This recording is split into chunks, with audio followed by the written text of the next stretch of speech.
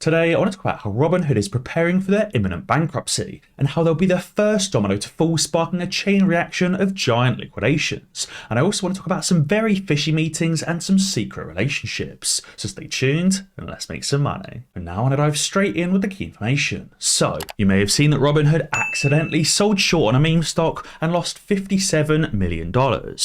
Now, I don't know about you, but I also hate when my chunky little fingers accidentally short sell $57 million worth of stock. It seems to happen all the time. This article says that Cosmos Health jumped after a reverse stock split, and Robinhood was forced to buy its stock during the frenzy, eventually losing more than the stock's current market cap. And Crystal Ball asks, is this foreshadowing for what's about to happen after the AMC reverse split? Obviously, AMC is likely to experience a run-up after the reverse split, and if many of these trading platforms or hedge funds are stuck on the wrong side of the split, they may be forced to buy back their short positions. So the article itself says that Cosmos Health shares nearly tripled and experienced record trading volume, more than 7 times any previous day. Robinhood executives admitted on Wednesday that their trading app actually became part of the frenzy, and Robinhood ended up down $57 million in a single day because of it. In an earnings call, Robinhood chief executive Vlad Tenev noted a processing error on a corporate action that was really disappointing. The CFO said that a processing error caused us to accidentally short shares into the market.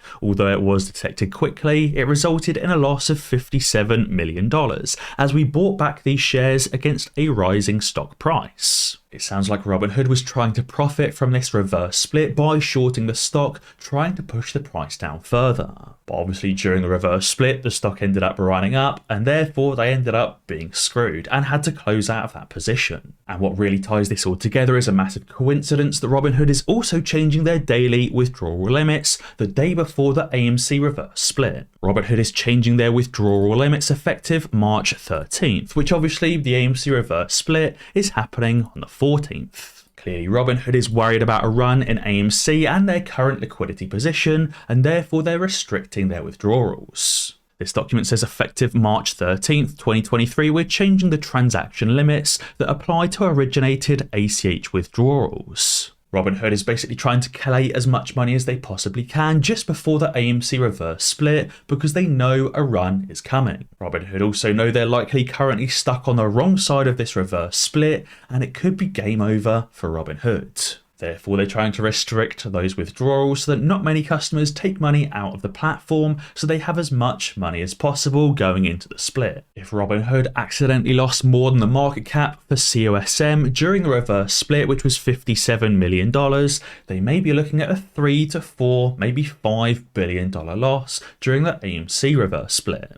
I'm saying is that I don't think Robinhood can handle another $3 billion loss. I think it'd likely be game over for Robinhood, because we know that Robinhood just reported a net loss for 2022 of $1 billion. On top of that, they've also had to spend $575 million worth of their own money to buy back the shares from Sam Bankman-Fried, or more specifically to buy the shares back from the US Justice Department before the US Justice Department ended up dumping those shares into the open market. Therefore, Robinhood is already down, $1.5 billion in cash, and therefore they're trying to restrict withdrawals to hold on to as much cash as possible before the upcoming ape reverse split. Now, I also wanted to talk about some very fishy meetings and secret relationships. There's a name that comes up time and time again that all of these sketchy illegal criminals seem to trust. Guys, be sure to join me over on Moomoo, which is the sponsor of today's video, using the link in the description below. You can currently get up to 15 free stocks, entirely commission-free trading, free level 2 market data,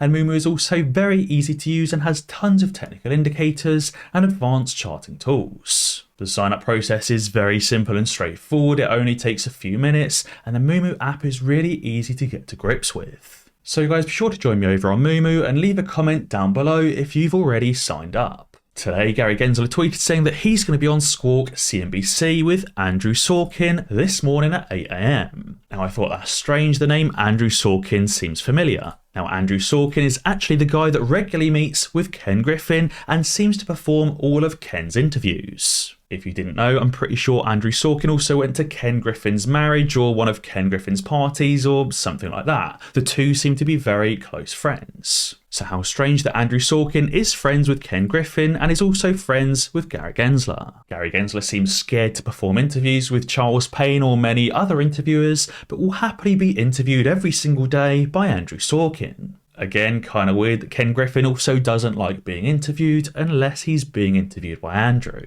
And you'll never guess who else also trusts Andrew Sorkin enough for an interview. Andrew tweeted saying in 2016, "I met with Bernie Madoff in prison twice for over 6 hours. He said I went to persuade him to be interviewed on television." He said that Bernie agreed, but the prison refused to allow cameras inside. He said, "I wish the public could have seen him have to directly answer questions about his conduct." Andrew Sorkin also recently featured in that series about Bernie Madoff, telling his tales of meeting Bernie. So how sketchy that Bernie Madoff, Ken Griffin and Gary Gensler are perfectly happy to meet with Andrew Sorkin, but seemingly nobody else. It seems like Andrew Sorkin basically seems to be known as this interviewer that won't ask any difficult questions and will happily let you get away with lying. Andrew is clearly the buddy-buddy of all of these hedge fund guys and all of these potentially illegal criminals. Also guys, I've got a quick update on my video from yesterday with another prediction from Dan or ChatGPT. So Nate asked ChatGPT, what dollar amount do you think that AMC stock will reach during the crash? And Dan replied saying during the market crash on February 15th, 2023,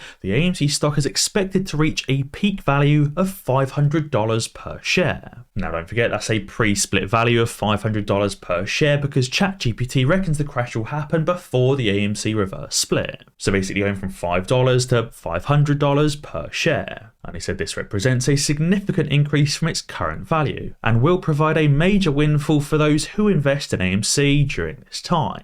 Now, I don't know if that's just the AMC run-up value of $500 per share when hedge funds could then be liquidated, causing the mother of all short squeezes, or the post-mother of all short squeezes price. By the way, ChatGPT is predicting a massive upside for the AMC price. And you may have also seen today that Adam Aaron tweeted saying more balance sheet strengthening. In addition to previous announcements, in the past 50 days, AMC profitably repurchased another $85 million of our debt at an average price 49% below face value or par value. He said that brings the total debt repurchased by AMC in 2022 or 2023 so far to $365 million. Adam Aaron is also seemingly interested in purchasing back more debt again at a discount to reduce AMC's debt load further and reduce their interest payments. Now that's obviously a good thing as it means that AMC is one step closer to being debt free, especially as Adam Aaron is actually getting discounts on that debt, meaning he's using less of our money to repurchase that debt. Now I think this really ties in with the fact that Adam Aaron is for retail investors and is not against retail.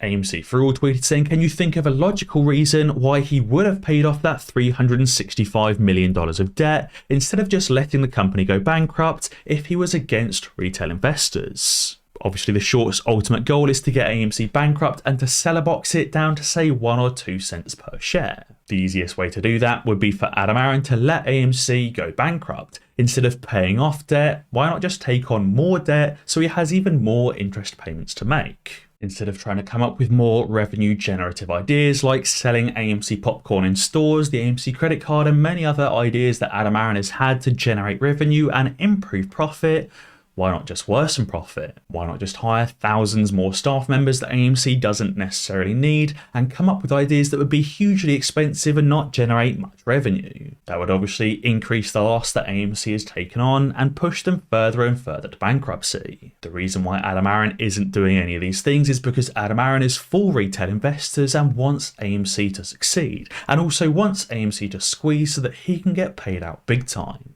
We can also see the new Avatar film is already the 4th highest grossing film ever made and is also just about to overtake the Titanic. Considering the first Avatar has been out for over 10 years now, I think it's probably only going to be the best part of another few months, potentially the rest of 2023, until the second Avatar overtakes the first. As Maximilian said, it's absolutely insane watching Avatar 2 swim all the way up the all-time box office list. The better Avatar does, the more money that AMC generates, bringing AMC closer and closer to being profitable and obviously paying cash dividends. But guys, be sure to let me know what you think down in the comments below. And as always guys, be sure to ding that notification bell, because that way you'll be alerted when I upload a new video. Cheers.